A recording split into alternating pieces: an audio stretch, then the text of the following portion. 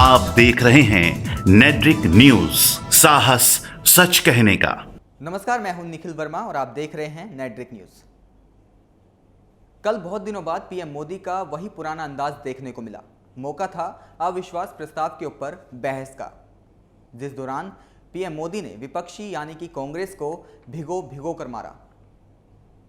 कांग्रेस इस दौरान अपने आप को नॉर्मल दिखाने की पूरी कोशिश कर रही थी, लेकिन वो कितनी नॉर्मल थी ये बात आप इस वीडियो में साफ देख सकते हैं। हमने अखबार में पढ़ा कि अविश्वास प्रस्ताव की स्वीकृति के तुरंत बाद बयान दिया गया, कौन कहता है हमारे पास नंबर नहीं है। यह अहंकार देखिए।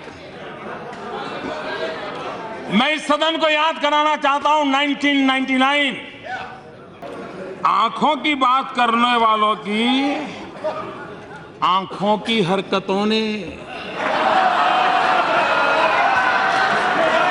आज टीवी पे पूरा देश देख रहा है कैसे आंख खोली जा रही है, कैसे बंद की जा रही है। ये आंखों का खेल। तो देखा आपने, क्या इससे पहले आपने कभी किसी नेता को खुद से बातें करते हुए देखा है?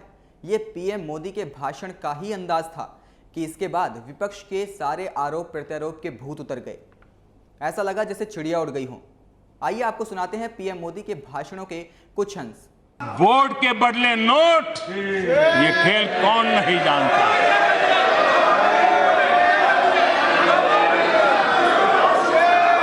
ऐसे विषयों को स्पर्श किया गया। आजकल शिव भक्ति की बातें हो रही है। मैं भी भगवान शिव को प्रार्थना करता हूं। मैं 125 करोड़ देशवासियों को भी प्रार्थना करता हूं, आपको इतनी शक्ति दें कि 2024 में फिर से आप अविश्वास प्रस्ताव ले आए।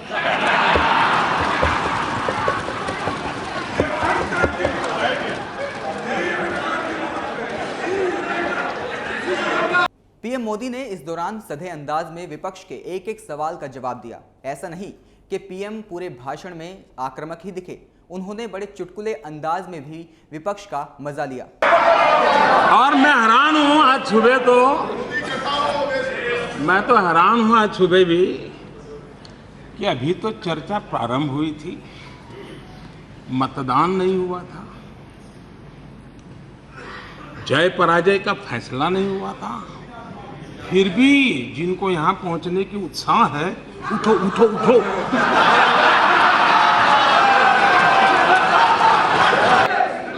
एक बार और कही गई, यहां पूछा गया कि प्रधानमंत्री अपनी आंख में मेरी आंख भी नहीं डाल सकते। माननीय अध्यक्ष महोदया, सही, हम कौन होते हैं जो आपकी आंख में आंख डाल सके? कोई गरीब माँ का बेटा, पिछड़ी जाति में पैदा हुआ, गांव से आया हो। आप तो नामदार हैं, नामदार, हम तो कामदार हैं। आपकी आंख में आंख डालने की हिम्मत हमारी नहीं, हम नहीं डाल सकते। और इतिहास गवाह है अध्यक्ष महोदया जी, इतिहास गवाह है। सुभाष चंद्र बोस ने कभी आंख में आग डालने की कोशिश की, उनके साथ क्या किया गया। मोरारजी भाई देसाई गवाह है, उन्होंने आंख में आग डालने की कोशिश की, क्या किया गया। जयप्रकाश नारायण गवाह है, उन्होंने आंख में आग डालने की कोशिश की, उनसे साथ क्या किया गया। चौधरी चरण सिंह, उन्होंने आंख में आग डालने की कोशिश की, उनके साथ क्या किया। सरदार वल्लभ भाई पटेल ने आंख में आग डालने की कोशिश की, उनके साथ क्या किया गया। चंद्रशेखर जी ने आंख में आग डालने की कोशिश की, क्या किया गया। अरे प्रणब मुखर्जी ने आंख में आग डालने की कोशिश की, क्या किया गया। अरे इतना ही नहीं, हमारे शरद पवार जी ने आंख में आंख डालने की कोशिश की थी, उनके साथ भी क्या किया गया था मैं सारा कच्चा चिट्ठा खोल सकता हूं। ये आंख में आंख, और इसलिए आंख में आंख डालने की कोशिश करने वालों को कैसे अपमानित किया जाता है, कैसे उनको ठोकर मार के निकाला जाता है। एक परिवार का इतिहास इस देश में अनजान नहीं है, और हम तो कामदार है, भला हम नामदार से आंख में आंख कैसे डाल सकते हैं। अपने इस भाषण के दौरान जब पीएम मोदी सेना को लेकर विपक्ष के सवालों का जवाब दे रहे थे तो वह सबसे ज्यादा गुस्से में दिखे। उन्होंने कहा कि देश के जवानों को गालियां देना बंद कीजिए, देश के जवानों को अपमानित करना बंद कीजिए। जरा देखिए पीएम मोदी का ये अंदाज। कर सकता हूं क्योंकि हमने देखा है एक ऐसी मानक प्रवृत्ति बन चुकी है कि देश के सेनाध्यक्ष को किस भाषा प्रयोग किया गया, क्या कभी होता है? क्या देश के सेनाध्यक्ष के लिए इस प्रकार की भाषा का प्रयोग किया जाएगा? आज भी हिंदुस्तान के हर सिपाही जो सीमा पर होगा, जो निवृत्त होगा, आज उसको इतनी गहरी चोट पहुंची होगी जिसकी सदन में बैठ करके हम कल्पना नहीं कर सकते। जो देश के लिए मर मिटने के लिए निकले हैं, जो देश की भलाई के लिए काम करते हैं, उस सेना के जवानों की पराक्रम को, उन पराक्रमों को स्वीकारने का आपको सामर्थ्य नहीं होगा। लेकिन आप सर्जिकल स्ट्राइक को जुमला स्ट्राइक बोले,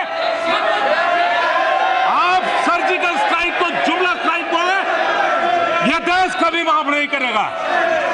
आपको गालियां देनी है तो मोदी मौजूद है, आपकी सारी गालियां सुनने के लिए तैयार है, लेकिन देश के जवान जो मर मिटने के लिए निकले हैं उनको गालियां देना बंद कीजिए।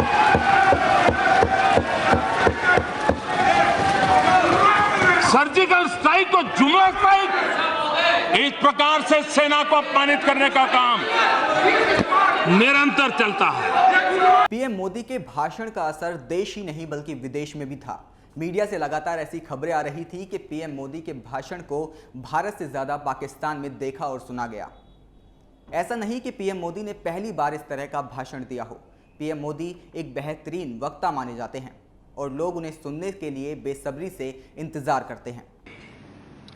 जब सारा देश, सारा तंत्र, सारी सरकार एकजुट होकर के डोकलाम के विषय को लेकर के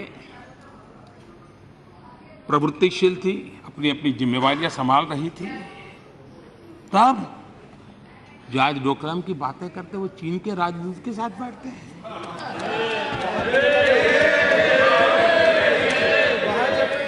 और बाद में